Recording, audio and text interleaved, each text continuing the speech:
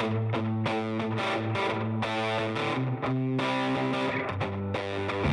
listening to the Cantina Cast, your home for thought-provoking Star Wars talk. Join Albert and Jonesy in breaking down the latest news, trailers, movies, and of course, your favorite characters from a galaxy far, far away.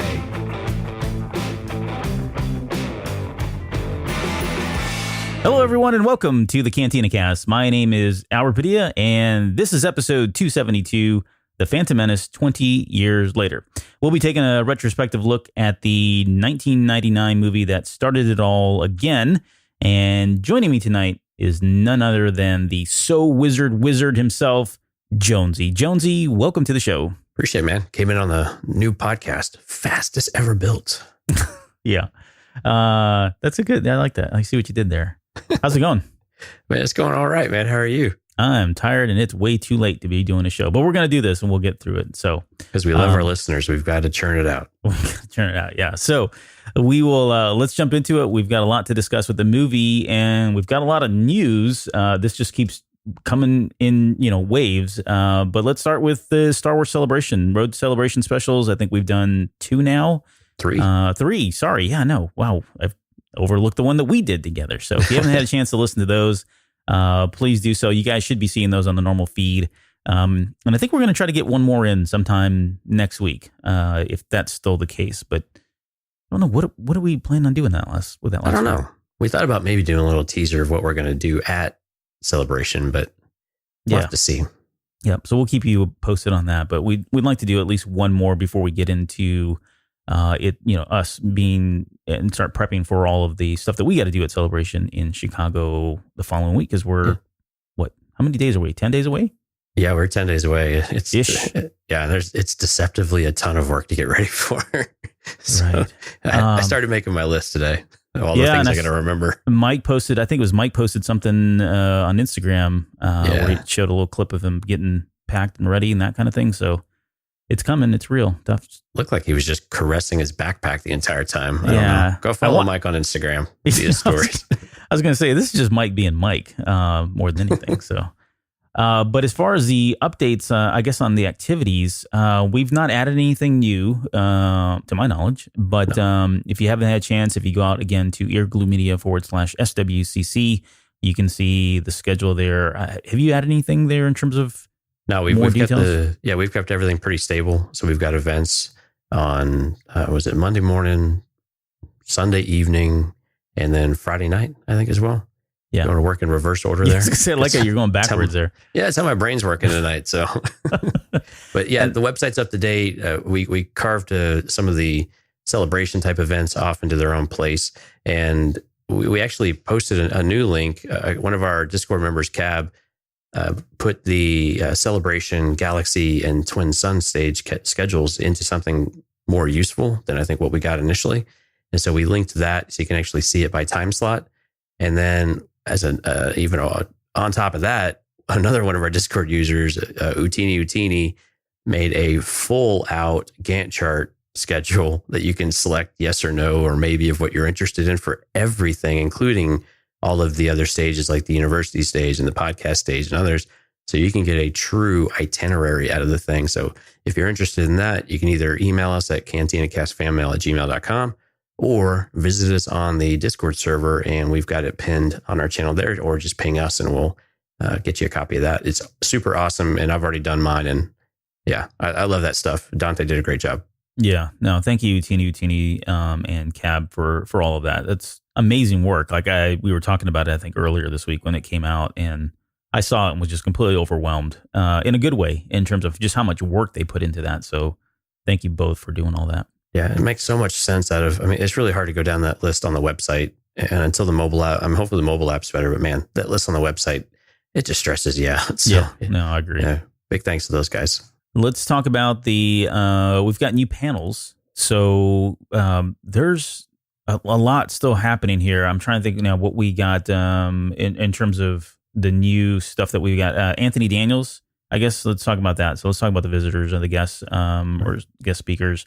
Anthony Daniels was showcased. I think we threw him on Instagram. Did we get anybody else though that was announced? I think that's about it right now. Yeah. I know we had the Resistance panel. I think we may have talked about that, but they actually had the final like little social media card that was released this week for that one. Right. And they keep confirming people here and there of what they're doing, but there are people who have already been announced. So I think they're just, kind of drumming it up a little bit.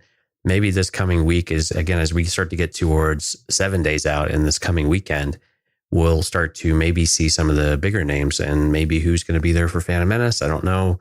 Or who's going to be there for episode 9. I mean, presumably we're going to see a lot of episode 9 people come around. So it wouldn't surprise me if they went ahead and got those names out there early on just to keep drumming up excitement. Anybody you're waiting for, I guess, to be announced from any movie, really, or just from Star Wars? Yeah, I think, again, it keeps going back to Phantom Menace. Like, is Liam Neeson going to be there? Is Natalie Portman going to be there? Ewan McGregor? I think those are the ones that we anticipate the episode 9 folks are going to be there, right? Yeah. So that wouldn't be surprising. And including, I would anticipate a Mandalorian cast and crew will be there as, and more so than just Jon Favreau and Dave Filoni.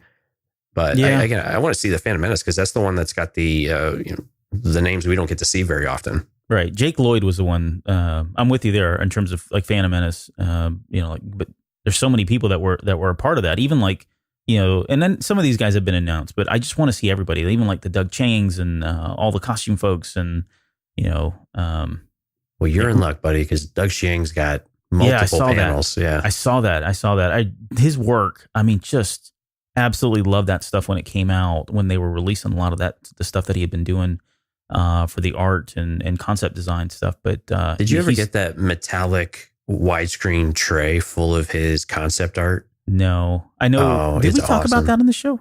We might have a long time ago. Yeah, but that is awesome because his style is just so much in the realm of Ralph McQuarrie, and it was so inspired by that. And he just really captured it on a page. And these widescreen, they're not prints, but they're on a nice cardstock. They're glossy and really colorful and vibrant. Really fantastic job. And that was one of my favorite parts leading, with the merchandise aspect of Phantom Menace was one of those. We've got a new book that was announced, and this is an audiobook only, which was kind of cool because I can't think the last time they did an audiobook only for Star Wars. But Dooku, Jedi Lost by Cavan Scott was announced this week as well. And you had some interesting information that I didn't dive into the article too much, but you mentioned it's only about a 5-hour audiobook. Is that right? Yeah, and I kind of classify it more as an audio drama. This is kind of a throwback. We haven't had one of these in a while. I mean, we had the Star Wars radio dramas, right, back in the day with the original cast. And we haven't really had a full cast one in a while. Some of the EU, I think, had it. But this is really exciting. And ask and you shall receive. We were wanting more information about Dooku's past just a few weeks ago. Yeah.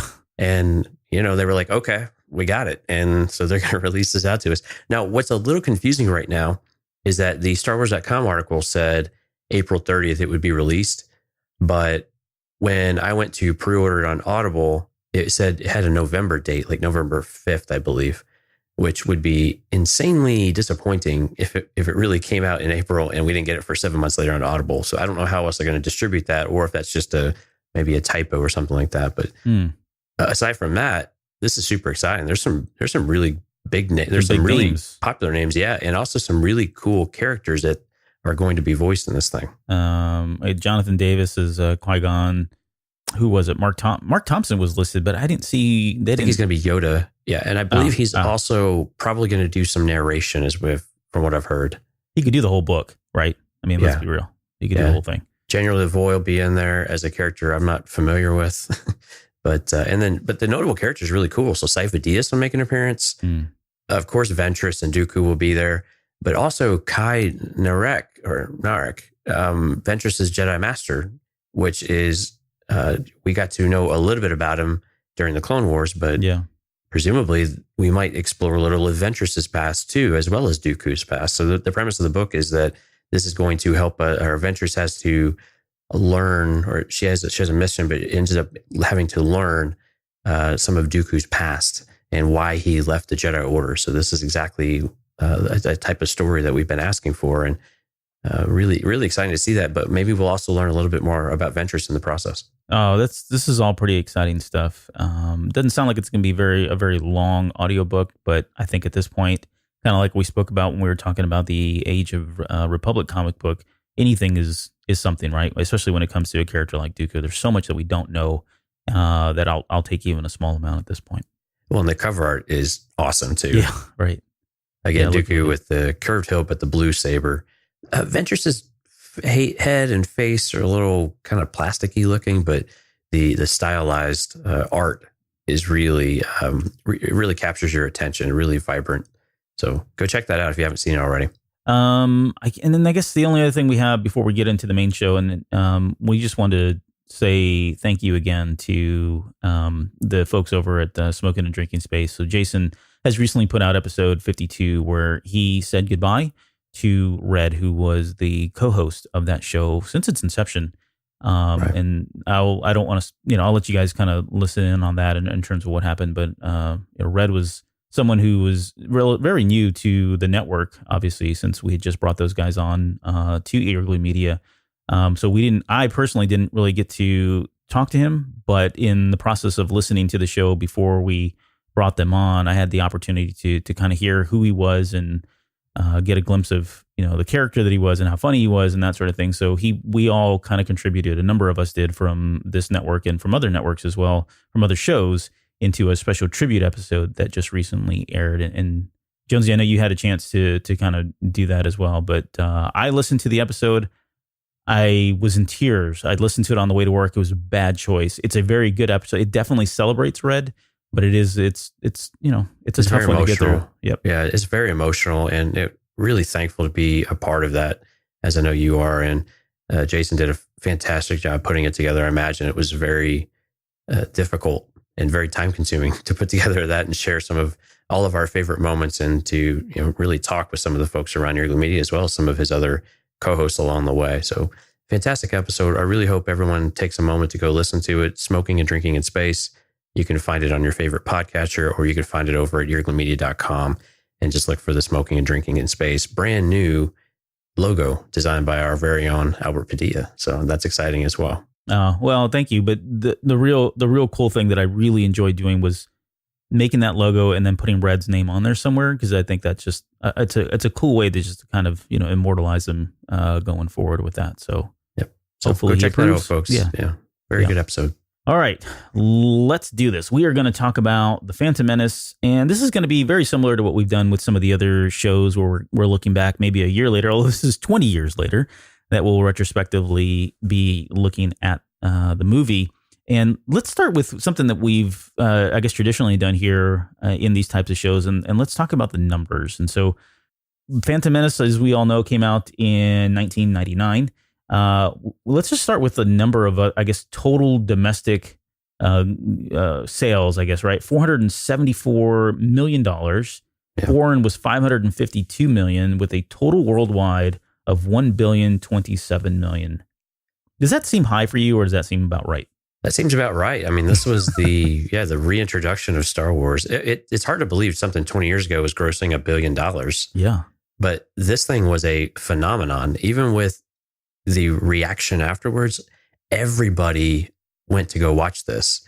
And when you look at when you kind of look at the general Star Wars performance, you get this about 45% domestic, 55%. So this is kind of right in that wheelhouse. But that domestic really did well for this. Anytime you start getting close to a 50-50 split between US and the rest of the world. But I guess it caught me off my guard a little bit, because I didn't quite remember it doing that well overseas, but it just makes sense. The thing was insanely popular just because it had been 16 years since we'd had any Star Wars, but it felt like a millennia.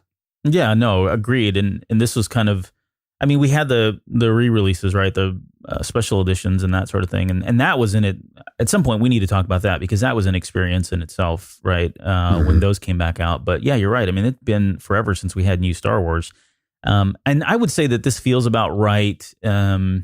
Because I can tell you, when I went to see this movie, I must have seen it first run probably about 13 times, right? So this is full price that I saw it. But then it went to the dollar theater. And, I was single, or Was I married at this point? I don't remember if I was or not, but Single-ish. Ish, right? Didn't have any kids. Let's just put it that way. There you go. And more free time. Yeah, didn't care about my job. Let's just put it that way.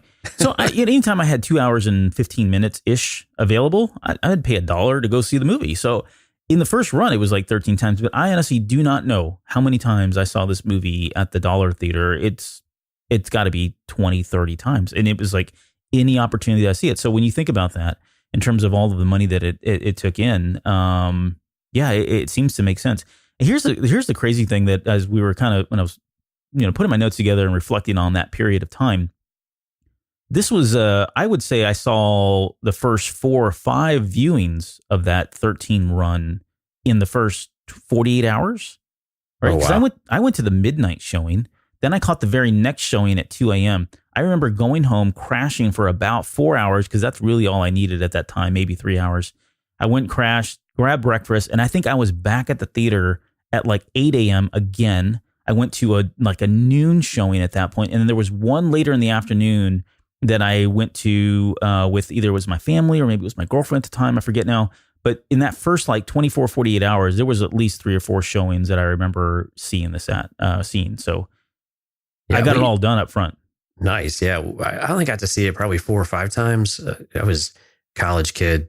You had to scratch together the money to go watch it. And we didn't have dollar theaters. At least I didn't know where they were at. I was relatively new to Houston. So when this came out, but yeah, it was an experience though. You had to go to the midnight show, and then you're right. You have to have that follow up of whether or not all the things you took away from it at the midnight show really stuck with you. Yeah. All right. And let it start to really cement in your brain. What was interesting is all of one of the things I remember about it is a lot of the news crews. Yep. Like all the news crews were out there, and they were interviewing people, especially as they started to hear that maybe, some people were liking it less or had some problems with it. Of course, then they were just, for the fodder. And we'll talk a little bit about that here in a moment. But yeah, just you had to go watch it at least twice. And even if you weren't sure you liked it, but many of us still went and saw it 4 or 5 times when we could. So going back to the numbers in terms of how this thing ranked against the other movies of the time in 1999. I mean, this thing blew everything out of the water. I mean, it wasn't even close. Right. I want to say second place was 6 cents. Is that? Let me pull this up here. This is not by memory. 6 cents. Yeah, about 140 million behind it domestically. Yeah. And this was 1999 was actually a pretty good movie year. If you think about some of the movies that came out and we'll just kind of go in order here a little bit. 6 Cents, Toy Story 2, Austin Powers was at the height of its popularity. You had The Matrix. Right? Yeah, The Matrix, that's right. And then you had really critically acclaimed movies that finished outside the top 10, like Green Mile, American Beauty. Of course, Wild West was a huge disappointment. But and The Mummy was in there too in the top 10. So you really had a pretty good movie year across the board from a variety of studios. And so the Phantom Menace was head and shoulders, again, is not surprising. But it was still, what was funny was it didn't even have the most theaters either. It was below 3,000 when it released. And this was in May, right? And some of these other ones came out a little bit later, but like Austin Powers and I think The Mummy and some of these other ones were well over 3,000 by that point. So even with a few hundred fewer theaters, it still just had a massive opening, or at least at the time, massive opening, and just easily taking the total gross for the year. Now, did you get a chance to see where this thing ranked against the other movies adjusted for like inflation and all that? Yeah, and you know what? When you adjust it for inflation, usually this is where you start to see movies really crater, especially more recent movies. Mm-hmm. But Phantom Menace has actually fared pretty well.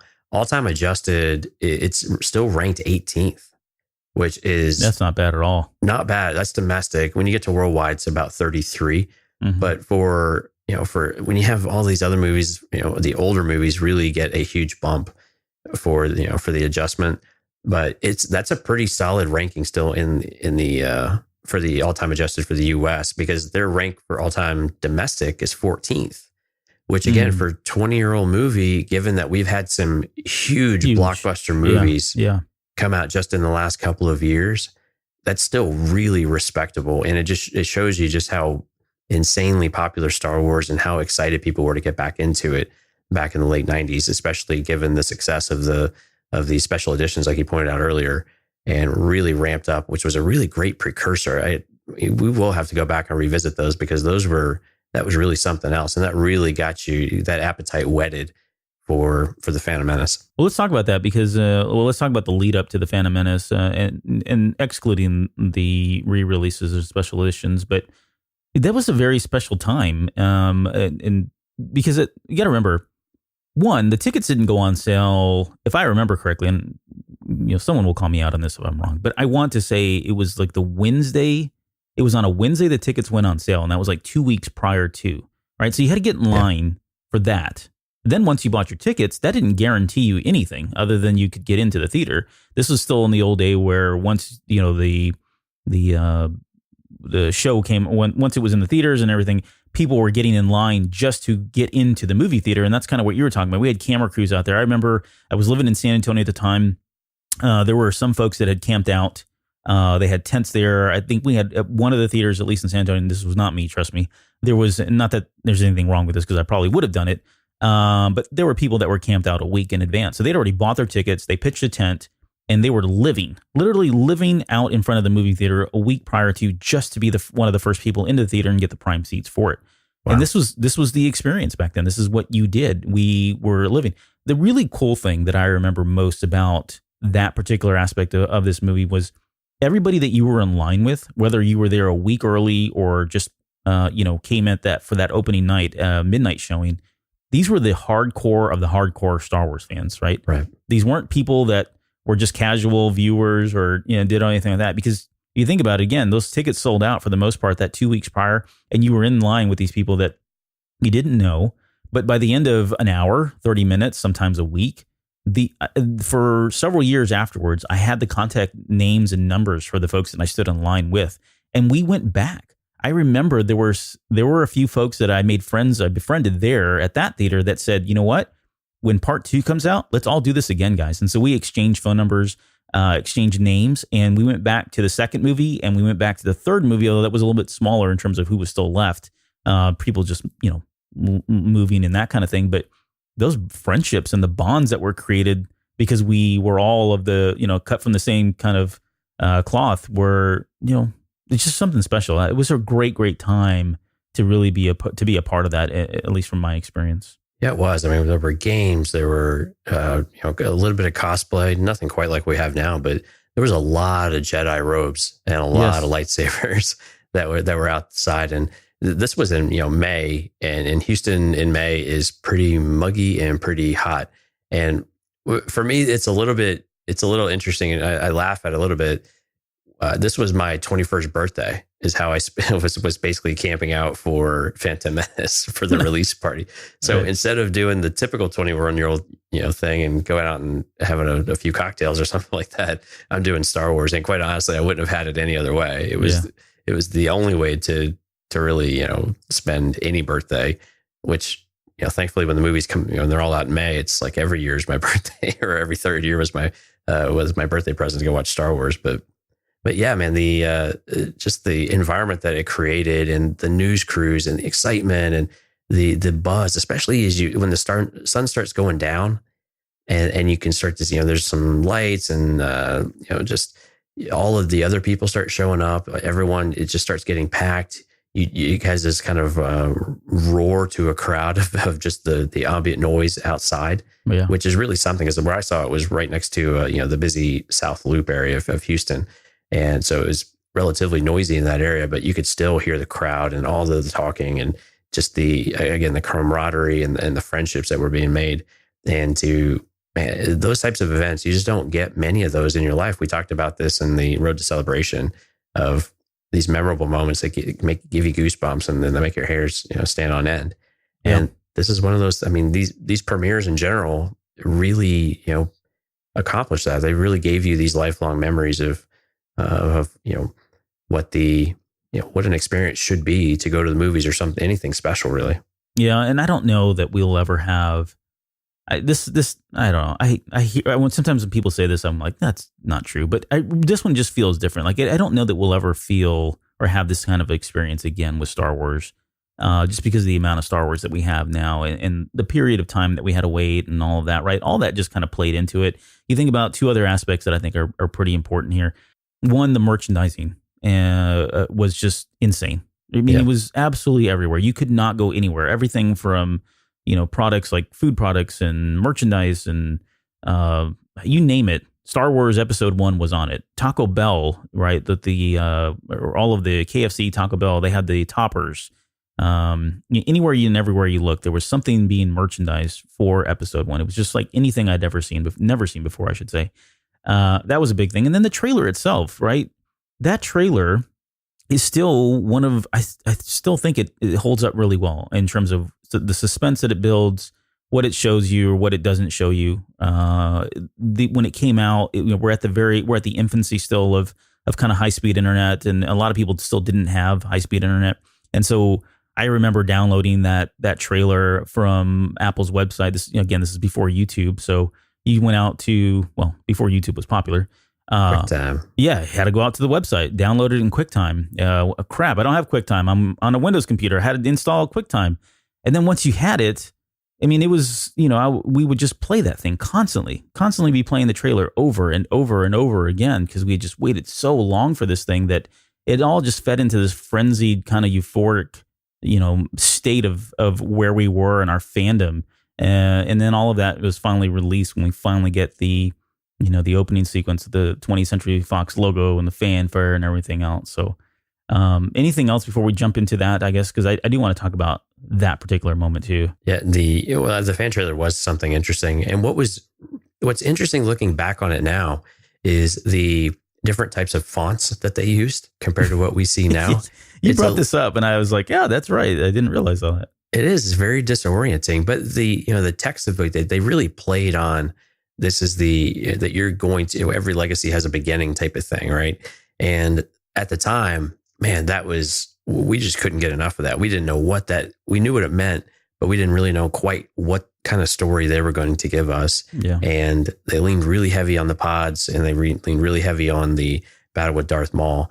And it was a very kind of action-packed trailer. It was actually fairly long too. And I didn't remember it being that long. It was over 2 minutes long, but it was, in today's standard, I like modern trailers better than the older ones. So when I looked back on it, I was like, I thought it felt like it was showing its age a little bit, but it did kind of round up some of those memories of like, well, yeah, this is when we were finally getting the answers to Darth Vader's past that we, like with Dooku now, it's just, we need more to this character. We need to see why he made the decisions he made. And this trailer did a good job of selling some of those on some level. Yeah, no, I would agree. It's, it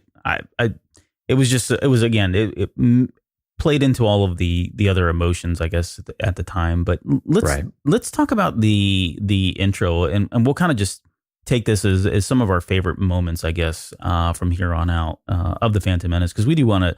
I mean, I think you and I are huge fans of the movie. Everybody loves it for a lot of different reasons, but I wanted to really kind of focus the show on just kind of talking about some of our favorite standout moments and where that's gone and led to, our fandom itself and some of the stuff that we even do on the show now, because there's a lot of stuff that was laid down here. But I do want to say, just before we get into that, is this movie was very foundational, I think, in terms of what it did, right? We got to see things that we had always speculated about, talked about in closed circles sometimes, because we didn't want to voice those opinions too far and wide. But it opened up the galaxy, and no pun intended here. It really did open up the Star Wars galaxy in a huge way, in ways that we really even weren't even aware of at the time. Foundational. When I say foundational, I mean we got like the Jedi Council for the first time. We got aspects of the Jedi Code. The Force was suddenly much bigger than we had thought it to be from the original trilogy. Right, the Senate, the weight of politics in Star Wars. We got glimpses of that in the original trilogy, but nothing to the level that we got here. But it really laid down a lot of this foundational stuff that we talk about even to this day, right? We see it in the, like Rogue One. We see this stuff in the sequel trilogies. We see it obviously in the animation stuff and the comic books. But this really did set a lot of groundwork for Star Wars as we know it. It really did change a lot of things for us, and it opened our eyes to a much bigger world, right? Right, it did. I mean, Jedi abilities and their perspectives and their disagreements. I mean, these are things that we didn't really have a great idea about at the time. We also didn't know about royal wardrobes. So that was an important lesson for us to learn. Yeah. And, but yeah, it really did. I like that. It really did set the stage for a lot of what was to come, but also of what George Lucas had in his mind of what these characters should be and how they fit into the larger picture overall. And what was interesting, even the CGI component of some of this too, right? Of introducing new ways of doing. We got it with the special edition, but this movie relied very heavily on it, and how those would come into play and how those would, help the story along and bring other characters to life that we weren't really able to explore in previous Star Wars. Yeah, no, that's a great point. And I overlooked that piece of it. But yeah, you're right. I mean, it had already been done before. I don't know that Phantom Menace was the first one, but this was the first one that we got that was super heavy on in terms of CGI and green screen, right? I remember digital projectors. This was, I want to say, if it wasn't the first, it was definitely one of the first movies that was being presented as a digital movie. Everything had been analog prior to that. And there were people that were seeking out. I think it was in Frisco, here in Texas. I remember that was one of the few DLP projectors, the Texas Instrument DLP projectors, that you had to drive out there. And I never made the trip, but that was the one that was closest, I think, at the time for the Phantom Menace. You had to drive out there just to see it in digital. And then I think after a few weeks, it finally made its way down there. So I think I did catch at least this movie. If not, it was part 2. But that was the first movie I think I'd ever seen in digital. So it did introduce a lot of new technology. Sorry. Yeah, I think with the digital, I think we had to wait until Attack of the Clones.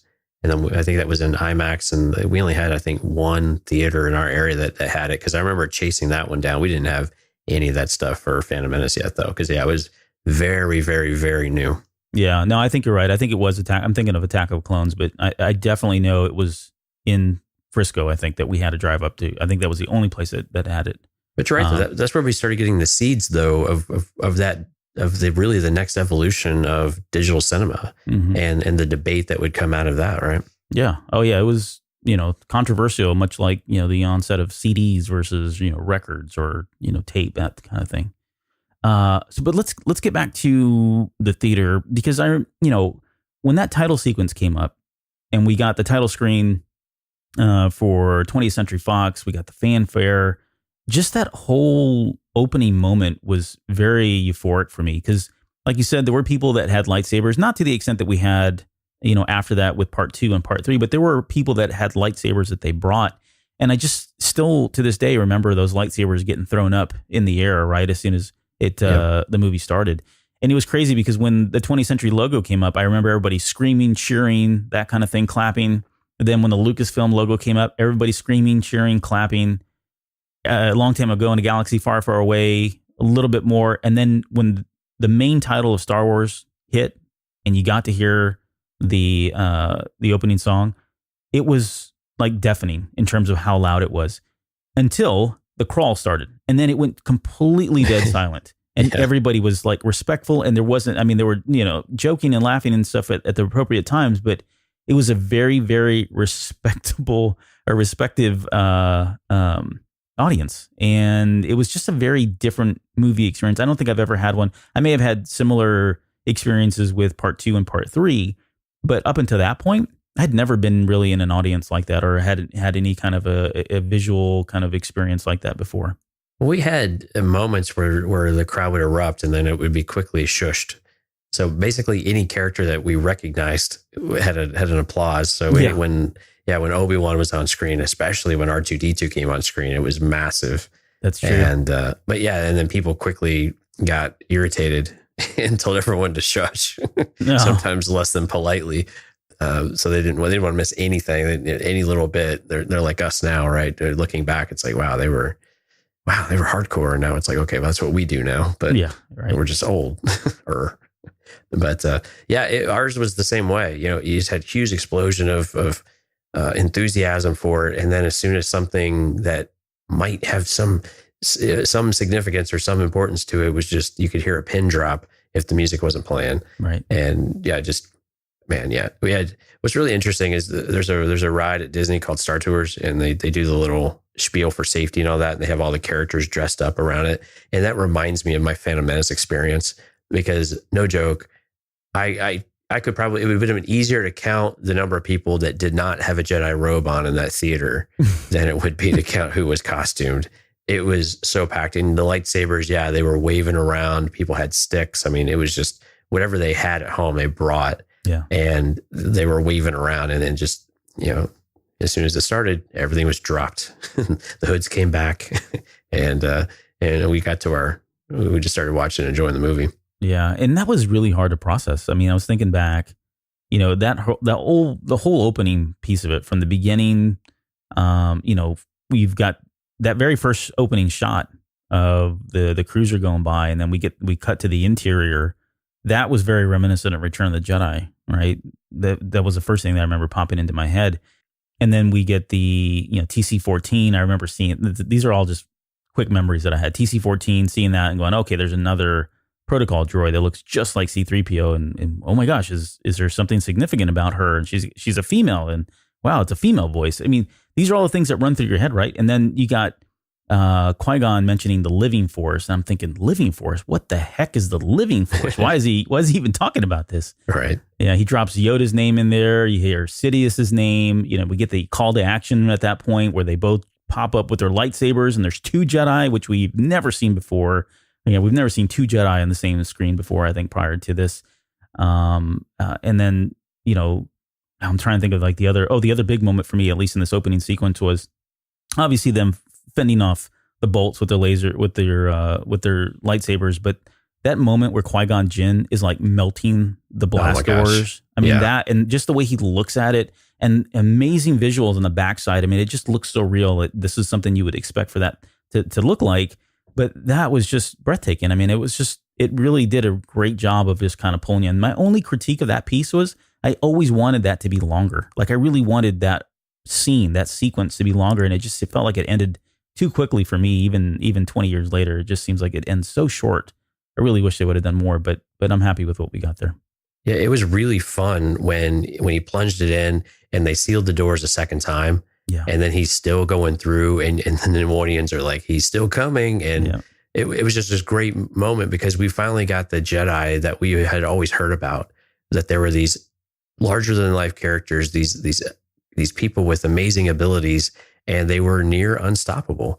And there was nothing you could do. And they had these abilities, and seeing him use the lightsaber, and of course, everyone was like, he's using the Force to do it too, right? And again, to your point earlier, we hadn't seen some of these things. We figured these things could happen. Lightsaber can cut through anything, right? Right. But to finally see it on screen was so exciting and so amazing. And the visuals they did were just perfect. And we have to give Obi-Wan a little bit of credit, because the young, brashful Obi-Wan is what we got, with all of the fancy, lightsaber moves and the stabbing of the backwards, and all these things that would later come into video games that we were all insanely excited to be able to replicate and to be able to play.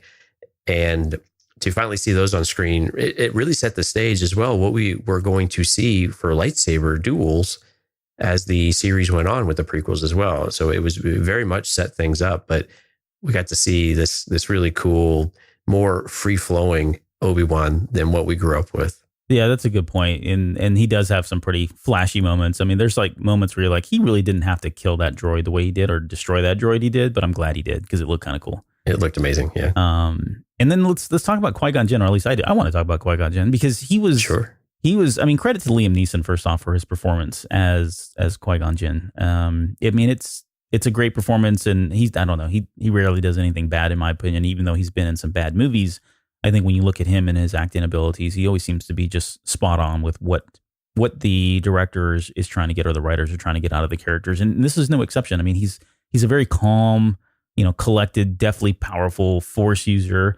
And he was kind of like the model Jedi, right? And even going into this movie, I had my own preconceived notions about what a Jedi should be, even though, Luke may not have fit that mold and Kenobi may not fit that mold. But in my mind, there was always this model kind of citizen in terms of a Jedi. And I really felt like with Qui-Gon Jinn, we got that. He was wise beyond belief. And there's tons and tons of great quotes that he says in this movie that, we go on for days about. His blinded faith in the Force, right? And we forgot to mention this, or at least I did, when we were talking about the old Age of Republic comic with him, and we mentioned that he got into a ship and just took off. That really wasn't the first time. He actually Right. did it in this movie where he just said, don't worry, the Force will guide us, when they jumped into the, what was it, a little submarine thing and took the off. bonga. Yeah, thank you. But yeah, I mean, that's how, again, we've mentioned it on that episode, but it's just blind trust and faith in the Force, which was something we had never really seen. And it was just a different kind of take on the Jedi, a different aspect of the Jedi that maybe, again, in my head I had, but we had never really seen up until that. We also got our first flavor of perhaps a little dissension within the Jedi as well. Mm-hmm. With again, in that opening sequence with Obi-Wan, where Qui-Gon has a different perspective than what Yoda has and what Obi-Wan has taken from Yoda. Not at the, but Qui-Gon's responsive, not at the expense of the moment. Apologize, right. Of keeping your mind in the here and now. When Obi-Wan is starting to sense something else going on, something that's elusive, which of course he just sounds great saying the word elusive. I just want to put it on repeat. But we finally see that maybe things aren't quite as rosy, but okay, well, it's just a different of opinion. We won't really learn too much more about that until a little bit later on Tatooine. Yeah, there's a number of things too. I said there's a number of quotes. I didn't know where to stick this, so I'm just going to kind of roll with it right now. But this movie has a lot of foreshadowing quotes, and that makes sense. We get it. It's a prequel movie, and to some extent, George Lucas was trying to set the stage to say, look, they're already talking about these things that are going to happen, and you've already seen these things happen. And what I'm talking about here is there's one quote early on where Anakin tells Qui-Gon, no one can kill a Jedi. Well, we know that not to be the case. He mentions, I had a dream. I came back and freed all the slaves. That was more foreshadowing there. Obi-Wan Kenobi and makes a comment that, we could be stuck here for a very long time on Tatooine, right? To me, that was always foreshadowing that he's going to be stuck there watching, Luke on Tatooine for a very long time. There's just, I have more of them, and I won't do, in the interest of time, I won't go through all these. But if you go back and listen to it and you watch it again, pay close attention to a lot of these quotes. And some of them are intentional. Some I think I'm just kind of connecting dots when they don't need to be connected. But there definitely was a lot of foreshadowing of things that were to come, either in the part 2 or part 3, or certainly in the original trilogy as well. Yeah, and there were a couple of things that I picked up on this time that I either had forgotten or, I don't know, maybe just never noticed. One was with like 3PO. He didn't have any plates, of course, right? He doesn't have any plating. In Watto's shop, there's a droid back there, a protocol droid that has very similar type of plating to what 3PO ends up getting in Attack of the Clones. And I don't know if it's the same, but I just happened to notice it this time. And it's just kind of standing there. It almost looks lifeless, way, way out in the back. I think it may have had a hole in the head or something, though. Yeah. But, and then the other thing that I picked up on, that we always assume that Anakin's from Tatooine, but we don't know where he's from. Yeah. He didn't go to Tatooine until he thinks 3 years old, right? And I don't know why I had just forgotten that. I mean, we just equate him with Tatooine because that's where we found him, but really he only spent 5 years of his life there for the most part, something like that, right? Mm-hmm. So it caught me off guard that I was like, wow, we just assume so often that he's from that planet, and we don't really know where he's from specifically. I don't think we've ever learned that, right? No, I think you're right there. A quote that was similar, I guess, an experience I had that was very similar to that was at one point Annie is talking to Padme and he says, "You seem sad," and it immediately clicked. And I never had made this connection before, and I'm embarrassed or ashamed to say that, but I never made the connection of that between when Luke asked Leia about her mom, right? Oh wow, yeah, and being sad, and again, she obviously wasn't in the womb because Padme was so young at this time, but it just, I don't know if that was a direct connection or not, but it stuck with me and hit me at that point that like, oh yeah, that's something that comes a little bit later. So what's really cool about a lot of the dialogue now is that we've had so much content since then. So when like Darth Maul is talking about at last revealing ourselves to the Jedi. Yeah. I mean, now that we've got a few of these comic books where we know what he's been up to before that point, it makes a lot more sense. And and this is really cool when you can go back in time and see the movie, and all of these, all this material that has come out since really do feed back in if you take the time to go back and try to piece it all together. And it really does make the movie really all that more enjoyable and across the board, knowing that a little bit more about what made up that scene, and the writers that are doing the content now really do have it brings an immense joy for them to be able to work that into an existing story while not changing it, and really make the words that we see and we hear on screen all the more powerful, all the more meaningful for us. Yeah. And George Lucas, if he does nothing else, he definitely is a world builder and creates a lot of this stuff. I mean, he laid all these things down, didn't give us a lot of detail, didn't give us a lot of background and onto him, and that was okay. I think we've said on this show, we don't probably necessarily need all of that, but it's just great that it was there and we're getting to see it now, because it's probably right. I mean, it's been so long that these writers are able to kind of take this stuff and run with it and explore it, and we're all the better for it. But let's talk about something really quickly that I felt was it's a standout moment, I guess, or something that stuck with me definitely. And I don't know that we've ever really spoken to it in great length, and I don't want to turn this into a full episode on this, because at some point we probably could.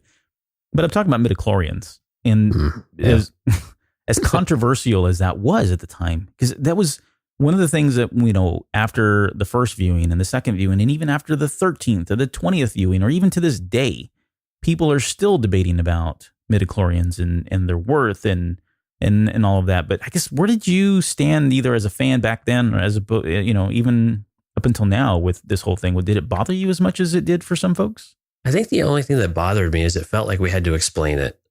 And they did. You're right. Yeah, no, that's a great point. Yeah, I think that's the part that really rubbed people the wrong way. We liked this mysticism of the Force, and especially as we saw in Empire and in Jedi, our ability to interpret it, and that was taken away from us, I think. And that's I'm interpreting. I know that's how I felt. I didn't have this huge negative reaction to it. I was like, well, okay, like that's fine. But I missed the ambiguity of it. I missed the interpretation and being able to make up our own mind about what it actually meant. And I think that's the part that, when we feel like we've got to explain things, this is the danger of prequels too, right? Where we think we want to know all these things, or we think we want to know things, but we end up learning things maybe we didn't want to know. And I think midichlorians probably falls into that bucket. Now, they've done a couple of things since then that have made them, relevant or more interesting. But I think overall, they've really fallen to the wayside. The movies never really got back into it. It was really more of a way of justifying Qui-Gon's interpretation of the prophecy. It was really all it turned out to be. It was kind of a bit of a plot point, if you will. And it started to justify Anakin's power, I suppose. That was another important part of that too. But that was the disappointment of it. It was just, it wasn't really necessary. We probably could have seen his abilities another way if they wanted to. And unfortunately, we got that, that interpretation or that aspect of it. Yeah. And then what we got on screen as a result seemed less skill and less the Force and more kind of luck, Yeah. I don't think you're unjust in anything there at all. For me, I think I didn't take issue with it in terms of, what it was and all that. I think I was okay with the answer they gave us, but for me, it was one of these things. It's like, okay, either leave it as a mystic force that we'll never know anything about and no one should ever explore it, or give us more and explain it more. So give us, if you're going to explain it, then explain it. And I don't know that, and I agree, I don't know that Phantom Menace did that, and it certainly didn't come up again and hasn't since then. I don't know they did a good enough job. I think that quote in the movie itself probably says a whole lot when he tells him that there's 20,000, it's off the charts, 20,000, and says Master Yoda, not even Master Yoda, has that count. And Obi-Wan asks Qui-Gon Jinn, what does that mean? And Qui-Gon Jinn says, I'm not sure. Well, yeah, I don't know that it really, I think that says it all right there, right? None of us really do, but yeah, I didn't mind it so much. It was fine. And maybe it was okay that they didn't bring it up again, right? Because they could have dug themselves a bigger hole. Absolutely. By trying to go down that path. I mean, it's a rabbit's hole. I don't know that anybody really wants to touch that thing at this point, but I didn't have a problem with it. Yeah, I didn't either. I think they could have shown us. And again, they were trying to pack a lot into this because it's really, as much as anything else, this is almost a standalone movie compared to kind of like Star Wars was, A New Hope. Really, you could just leave that there and you're perfectly fine. You have a little bit of a cliffhanger, but really you've told a complete story. And Phantom Menace, has a lot of that same kind of vibe to it. It was more world building, but if you stopped there, you were like, okay, saw a pretty satisfying movie, and I'm able to move on. It doesn't necessarily lead it, automatically lend itself to a whole trilogy, if you will. I guess the only other aspect that I would say with midichlorians, and I don't know if this was what Lucas was trying to do, but I mean, there's an argument to be made that it was really more to kind of talk about the symbiotic relationship, because they talk about that quite a bit, right? The symbiotic relationship between the humans and and then Gungans. it's kind of right, exactly. It's a reflection of the Naboo and the Gungans, and so maybe that's really what it was. Is it was more from a I guess a storytelling aspect or analogy perspective than really getting into the nuts and bolts. But you throw that out there to us Star Wars fans, and what are we going to do, right? We're going to dive into it, want to know more, and when we don't get that, we get all kind of cranky. So another highlight for me, the pod race still stands as like one of the best like action sequences for me, definitely in Star Wars movies, but it's probably in my top 10 action sequences all time. And I'm probably a little bit more biased and not as objective as I should be when it comes to that, but it is just still, I mean, when we watched this, at least when I watched this in preparation for the show, I went back and watched it a couple times. There were a couple scenes that I did that on, and this is definitely one of them. Because I just love this scene. I think it's probably one of the better moments. It's one of the highlights of the movie for me. Yeah, I agree. This was a really fun sequence. It really showed what they were able to do with green screen and with CGI as well. Mm-hmm. And it finally gave us this flavor of what Anakin's abilities were. His mechanical inclinations and his ability to think on his feet. I think Qui-Gon's advice to him leading into it was also really good. Of don't think, just trust your instinct, right? Yeah, and that might be advice he maybe should have colored a little bit more as he got older. But you do what you can at the time. But yeah, it was a really great moment. I mean, a really great sequence to do that, and we got little flashes of Aura Singh, which of course at the time was like, oh, is she going to be in this in some respectable way, or to give us something with a bounty hunter? Of course, we didn't get that, but no, and. We got chances for Tusken Raiders to have a little bit of fun, which I thought you're hitting on a great point. Jabba, the Jawas, the Sand People. We got Jabba, Bib Fortuna. We got Weasel, who we didn't know Weasel was at the time, but he would end up coming out in Han Solo in the Solo movie a little bit later, and then Aura Singh. So there was some really cool cameos that we got from that sequence, and it was just great. Like the Sand People. Right, those jerks they do nothing else but just get in the way of the race, and that's so to me felt like so in character of them. Right, just a nuisance, and it was great to see them being a nuisance then and there as well. Well, it really played into George Lucas too. This is him, right?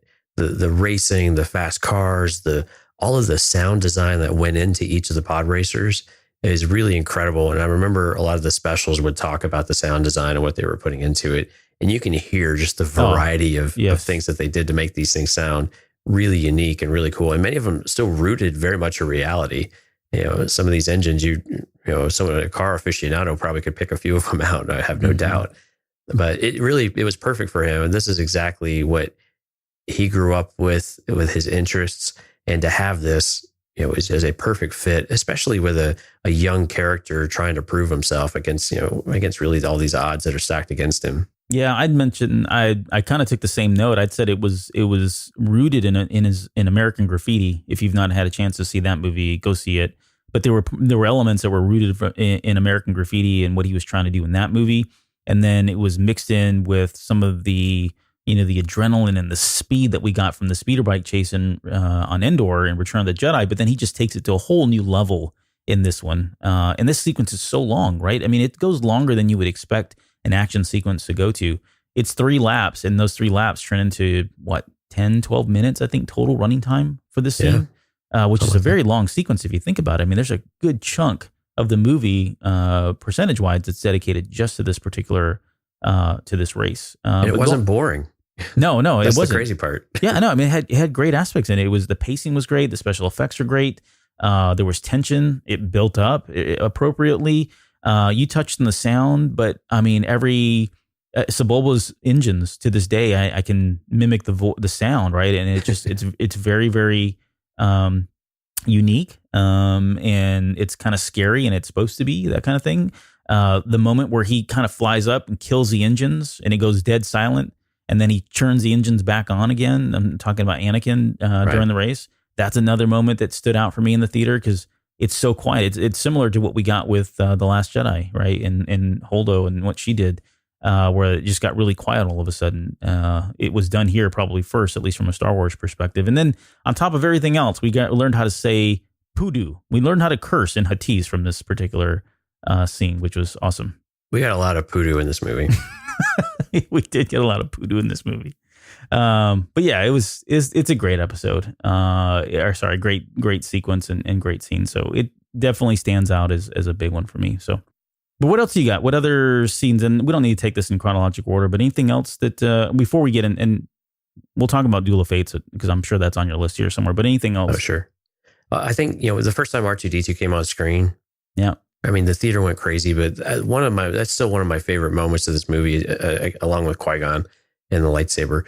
It was just this, he got to be the hero again, which would be a trend, of course, through the prequels, but it was just him going out there and the tension of that one and all the droids are getting picked off. And, as soon as you hear the beeps, you just light up. And even today, it still really just makes you smile when you see it. And anytime you see R2D2, and for him to finally, to be really front and center and them introduce him and in a heroic type of way is still to this day just one of my favorite moments of this movie.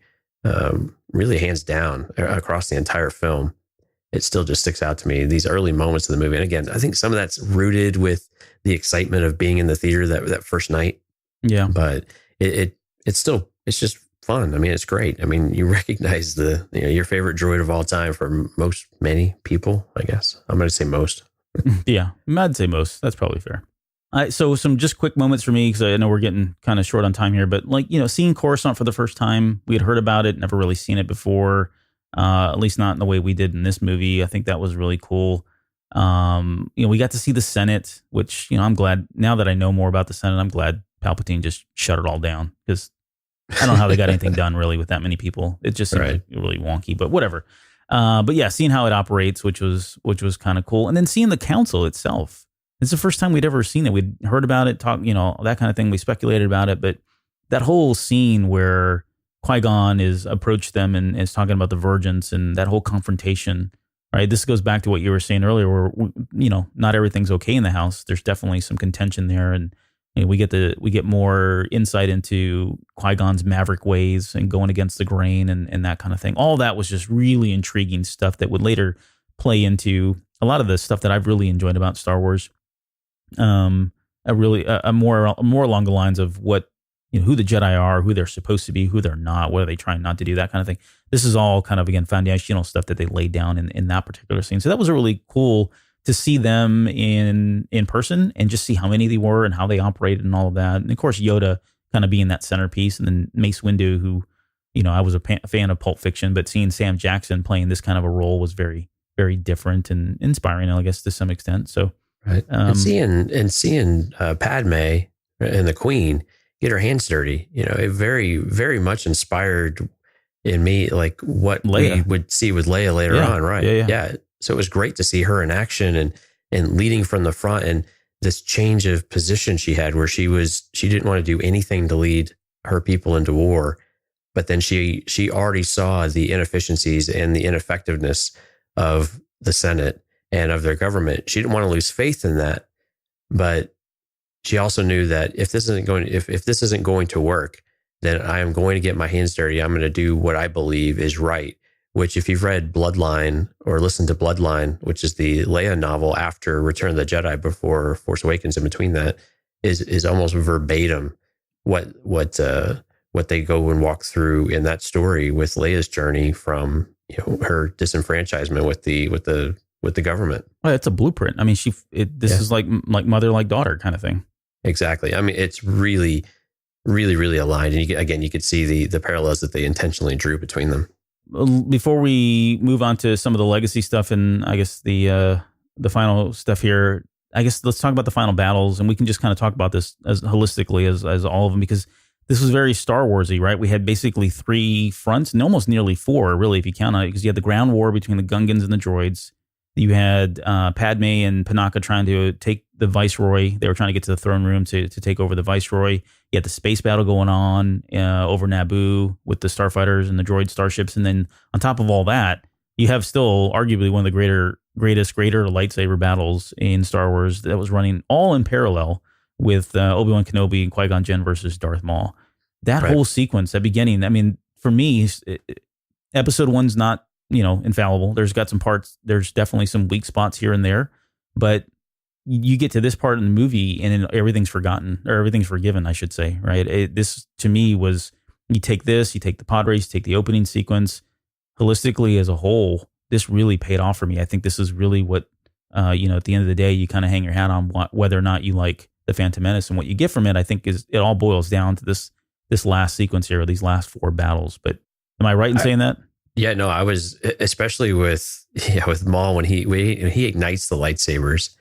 I think everybody, those doors opening up. Let's start there, right? Oh yeah, and just him waiting there. Well, even his introduction in the hologram. This is my apprentice. Not for a Sith type of things, and for them just to come out and boldly say that, really started to get us excited. And when you're right, when the doors open and he's waiting for them, and then he goes and ignites his lightsaber, double-bladed lightsaber, everyone's minds just collectively exploded.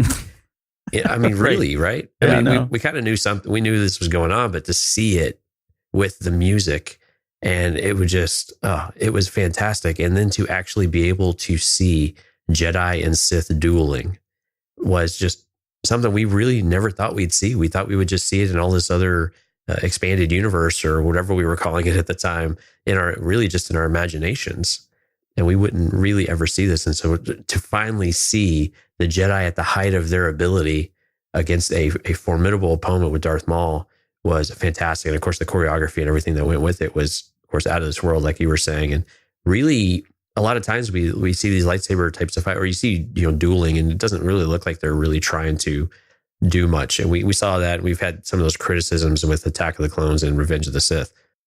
And this one, you don't really have much of that. I mean, you have a lot of boisterousness from Darth Maul at times, but they are really going at it. And I was watching it pretty closely to see if I got this impression where they were just kind of tapping or anything like that. But no, they are really, they're really swinging, and they made it look believable. Like they were really trying to kill each other. Yeah, no, I agree. I mean, this is the lightsaber battle we had always thought and dreamed of, and I think it paid off hugely, at least for me in my head. I mean, there's so much. It's fast paced. It's action oriented. There's a lot of fervor, a lot of passion.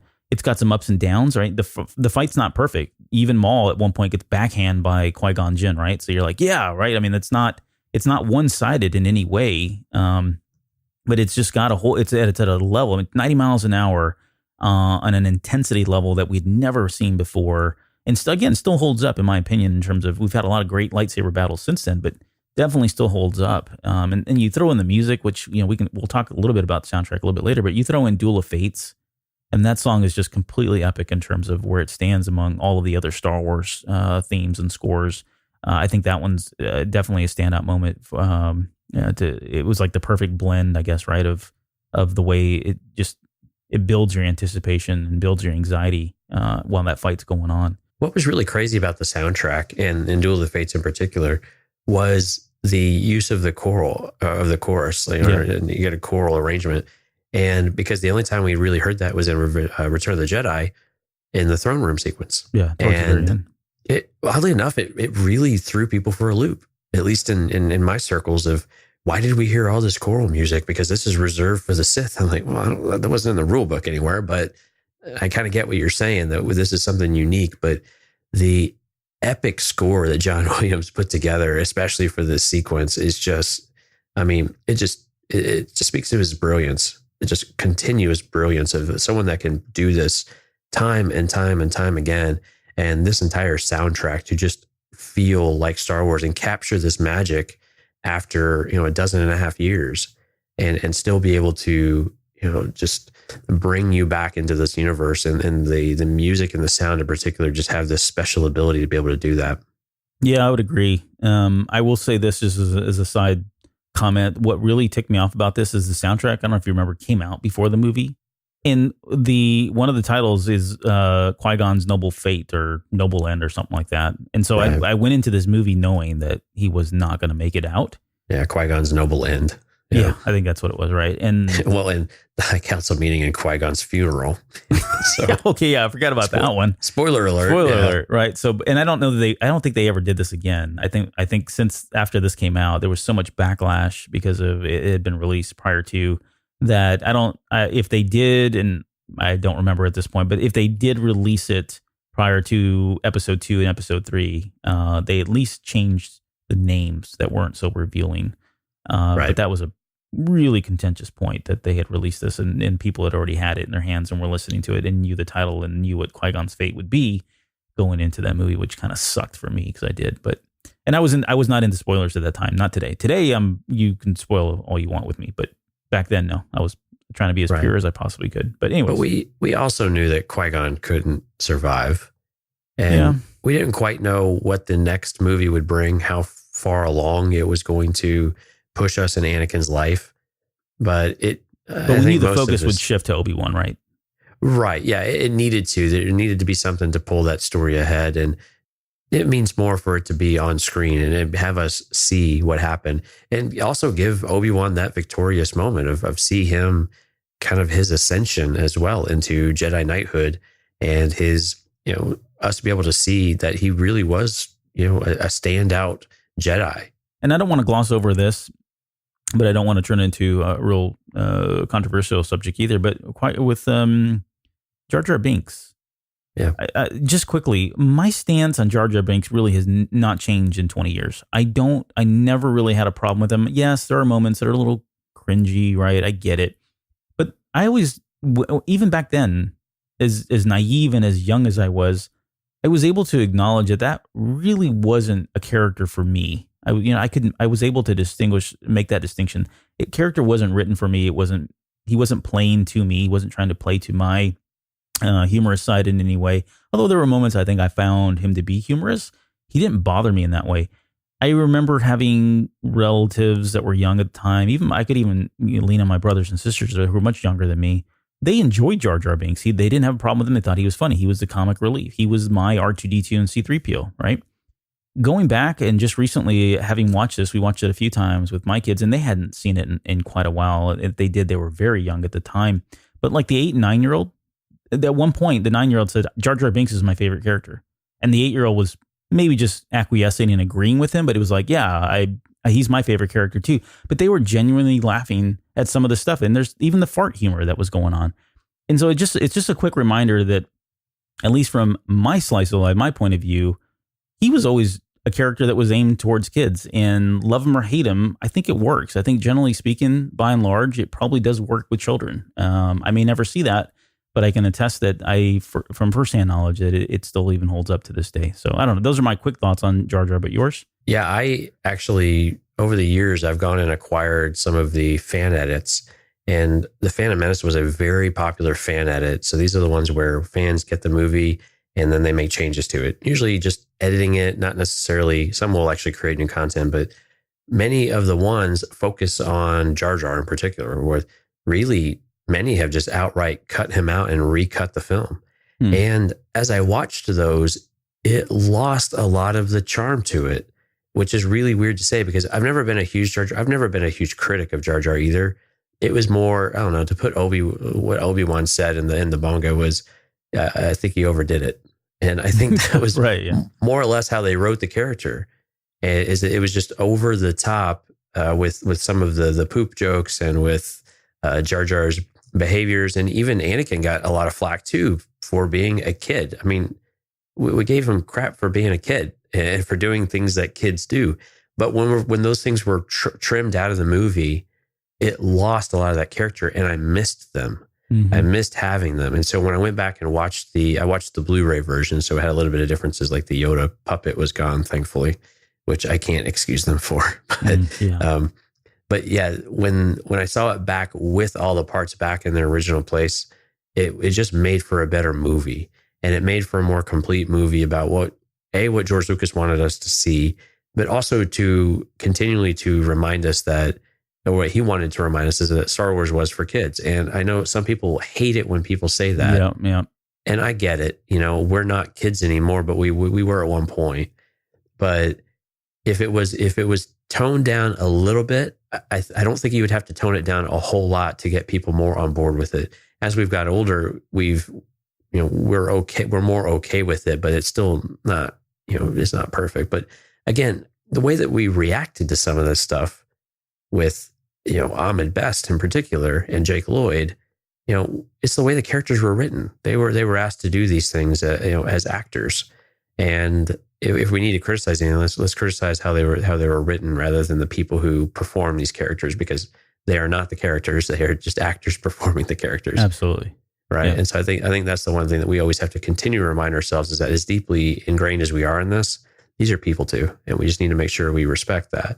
But again, it was some of the overall silliness of the Phantom Menace, I think, that has continued to plague it from being a more popular movie. Because when you ask people to rank these movies, it does continue to trend towards the bottom of the ranking. Now, I know there's always a top and there's always a bottom with these things, but I think if you take out some of the silliness, I'm curious if it starts to improve on people's interest lists or what they would rank the movie at amongst some of the other films in the Star Wars saga. Yeah, I would agree. I think if they're being genuinely honest with themselves, it probably doesn't do any more for them, right? I mean, right.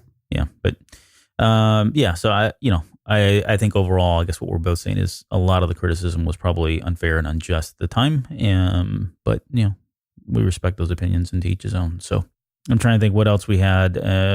We talked about Darth Maul. We talked that fight. Anything? I guess I'm trying to think if there were anything else. Did you have any other moments before we move on that stood out? No, I think it was. There were a couple of moments I wish were a little bit different. I think that's about it. I mean, not to harp on the criticism train. The journey to the core and there's always a bigger fish lesson, which we had to learn twice. Yeah. Yeah. We could have learned it once and we could have cut out a few minutes of this movie and it would have been just fine. There were a few moments where it just drags a little bit, right? And I think they could have just, it didn't need to be a 2 hour, 15-minute movie. It probably could have been closer to 2 hours and accomplished the same types of things. So it felt a little bit long in places, but overall, I mean, it was still a lot of fun. Were you, I guess maybe you weren't, you weren't surprised at all the movie held up as well as it did? Even with CGI and some of the puppetry was a little bit weak, but yeah, the puppetry was. So I did watch the DVD version I have because that has the puppets in it. I remember the gold boxes that we had or the gold cases that came out. Right. I still have those. I watched that. The puppet is, yeah, it's an eyesore. It really is. I mean, that's nothing. That's not a slight on Frank Oz and his craftsmanship in terms of what he does as a puppeteer.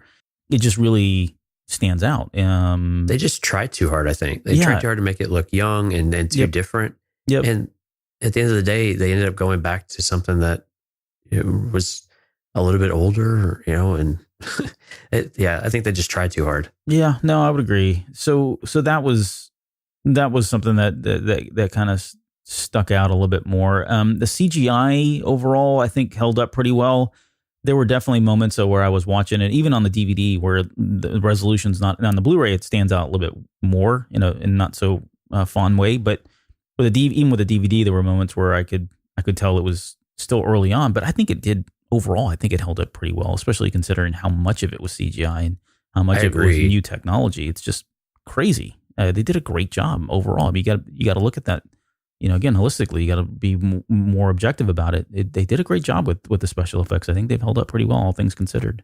I was shocked how well they held up, actually. I was really expecting to cringe at some of these because when we got the special editions, some of those don't really work that well. Yeah. And they feel very out of place. Right. And this is only 2 years later from that, right? Right. Yeah. I mean, and some of that's, you have a movie 20 years old that you're trying to do that to rather than making one from scratch. True. But I was expecting to have some of those moments where it just felt really out of place. But overall, I agree with you. I think it was actually very well done. And the blending of the environments with the green screen, I thought was actually very, very well done. And shocked. I was literally shocked when I finished the movie. I'm like, wow, I really don't have any major complaints about CGI. I really expected it to be a a bit of a major criticism, major hang up watching this movie all these years later. I agree. It's I don't even know, to be honest, how much of it is CGI and I think that's a testament to how well they did with it. There's definitely parts in there when you're looking at it and you're like, oh, that's CGI, but it still looks good. But then there's a lot of moments that I know that I've seen from like behind the scenes stuff and all that are CGI that just I do not take a second glance at it. Just take it for what it is and assume that it's real. Yeah, the textures. It's usually the textures. I think you can see some of the differences. Mm-hmm. Yeah, and these days even these days we've seen weaker CGI still that this would blow away. Yeah, but I think some of it's just the textures. Some of the aliens in particular may not have had the same textures. But quite honestly, I thought overall they were better than some of the puppetry. Like in the marketplace when Jar Jar tries to steal the frog looking thing. Yeah, and the guy's telling him, whoopee whoopee. Like that was one of the worst. That was one of the worst puppet models. So I think that was real. It was not good. Of course, the Pneumonians have been a problem. We won't touch that one because that one's so loaded. But the puppetry on that one didn't really work for the mass, and it was very at the time it was very, what's the word I'm looking for? They were trying to do things they hadn't done with animatronics, with characters wearing the costumes, right? With making the mouths move and things like that, and it had varying degrees of success.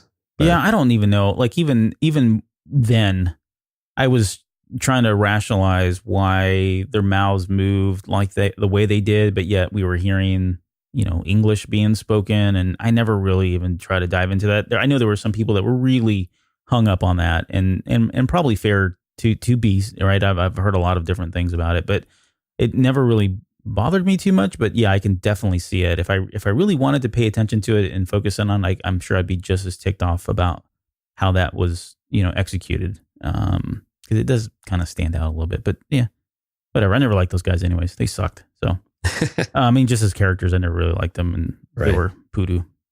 But in terms of, let's talk quickly just about the legacy. We've had a lot of stuff come out. Obviously, we've talked about the Age of Republic comics.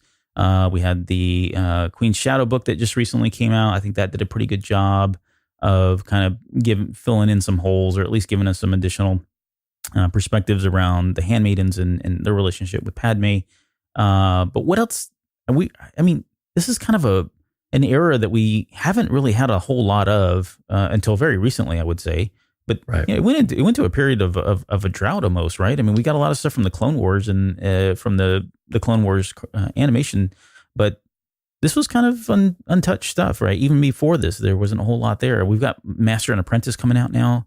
I really like this whole little revival and renaissance thing that we've gotten recently here with the Phantom Menace, but I'm trying to think, there really hasn't been too much that was released around the same time, apart from video games and the novel. Right.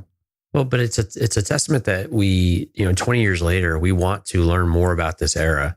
And I think we're finally in a position that we're ready for it. I think the Clone Wars and Revenge of the Sith eras were more natural to go to, because those are your formidable years. Anakin's a teenager and growing into these powers and the challenges that go with it.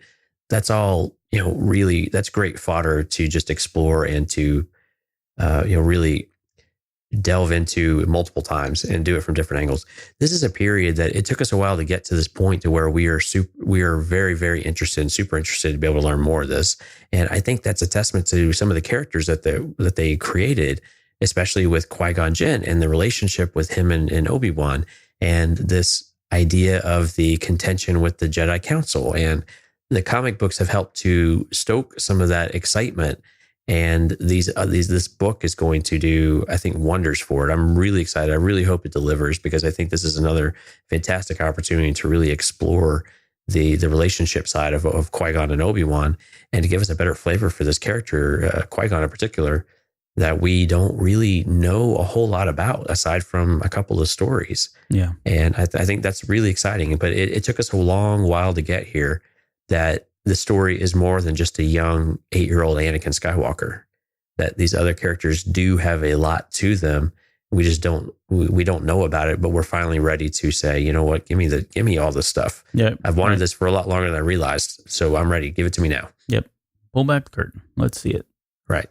Yeah, I can't wait. And we should just quickly mention the panel, obviously, right? And I don't know. My hope is that we'll get something new on top of everything else. There's some big surprise still coming, and I don't know what that is, to be honest. But it would be cool to see something else come out from all of that. Maybe they do something special there. Maybe they don't. Maybe it is just a big celebration. But maybe we'll get something from that. In terms of, I guess, where does this rank with you? I guess overall with all your other Star Wars movies and well, it's hard to rank this one very high, unfortunately. Mm-hmm. And while I really do enjoy this movie, you have some really great Star Wars movies to stack it up against. I think that it's just how do you pick? I mean, you have to differentiate between great and good. Yeah. And while I think it's towards the bottom half of the list, I think from a complete movie perspective, I think it still ranks above Attack of the Clones for me. It's difficult to really rank it above anything else in that respect. But I think as far as an overall picture and overall performance, it actually does really well. It's just some of the other movies in the saga do those things much, much better, I think. Yeah, it's almost on two scales for me, right? If I'm being honest with myself and really ranking it against all the other Star Wars movies and looking at it from, pound per pound kind of perspective, I would agree it doesn't rank very high. But I think we've talked enough about it on this show, at least, that there are a lot of other intangible things like my emotions and the experiences and all that Absolutely. if I weighed it against that, it definitely weighs higher than some of the better movies, just because of what we went through and what the time was like, and all the things that we touched on that you can't measure in box office scores and you can't measure in critic reviews and all of that, right? It's just that those intangible things, that tangible aspects of the movie and elements of it, that I think would rank it higher than a lot of the other movies. It was just a very special time to have watched this movie when it came out in theaters. So I'm honored and privileged that we got a chance to do that. Yeah, that's fair. All right. Well, I think that's going to do it for this episode. Hopefully you guys enjoyed it, and thank you for allowing us to indulge ourselves in reminiscing about the Phantom Menace. And if you guys are heading out to Celebration, don't forget about that panel. It's going to be a pretty amazing one, I believe. Just the number of guests that are going to be out there, and we've talked about this in the show, but seeing them at best and all the other characters or actors that will be on stage and for the first time together and kind of pulling them all together. I mean, it's just going to be a super emotional experience, whether you're a huge fan of this movie or not, right? Yeah, we threw our names in the lottery, so we'll see if we get selected for the panel. No, let's not even talk about that. Before we go, do we have any shout outs we want to do? Yeah, we've got a few. We had 2 5-star reviews, one from Utini and one from Stephanie. Thank you guys so much. A lot of great things that they shared about the podcast. So thank you guys so much. We have a new Patreon member, Rachel. So Rachel, thank you for supporting us and for the really cool comment you sent us, or the message you sent us. So hopefully you saw my message back to you. So thank you so much. And then we've had again, the Discord renaissance is upon us. So we've got some new and some returning folks on the Discord side. Yeah, Jawa XC's back. I know Max Wayne was back. And then I guess I don't know the full name. I know it's longer than this. We have Uthal here on the show notes, but yeah, I shortened it. Sorry. It's super long, but thank you for joining. I think he's or she is new. And then Kathleen, she's new. I think we've confirmed her as being female. But anyways, she's new. So thank you guys all for those of you that are coming back. And those of you that are new, hopefully you will find a place there, and we're looking forward to you guys contributing and hanging out with all the other junkies that are on our Discord server. So maybe you should be next. So check us out. Check out the show links. We've got a link in there that you can join the Discord server as well and chat with us and some of the other supporters of the show as well. Right. Earglue Media, we definitely want to plug the Film Appraisers. Is that the first episode that's out now only? Yeah, and the second one's coming out when this podcast drops. The second episode of Film Appraisers ought to be close by.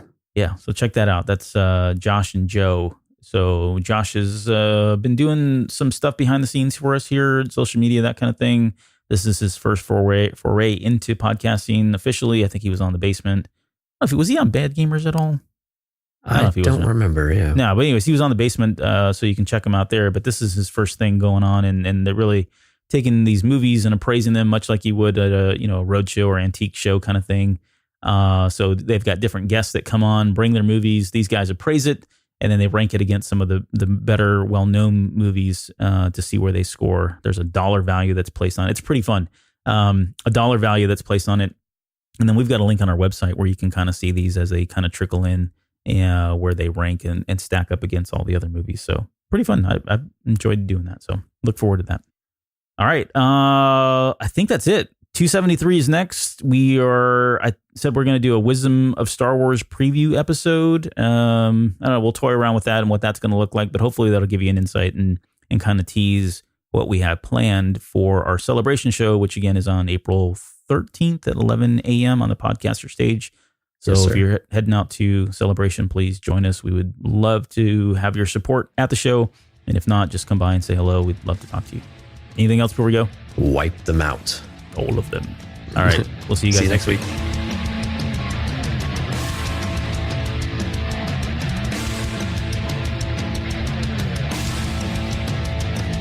You're still listening? Wow. That's amazing. Well, I'm here to give you the disclaimer. Normally we do a big, long, drawn-out disclaimer thing saying what's what and who's what and all that other stuff, but I think you guys kind of know that Lucasfilm and Disney have no affiliation with us at all, and we have none with them. We talk about Star Wars, which is their property and all that other good, fun stuff, but I think you can tell which is our stuff and which is their stuff. If you can't, well, then send a lawyer to send an email to me, and I'll be glad to chat with them. Other than that, you know what's what, so that's your disclaimer.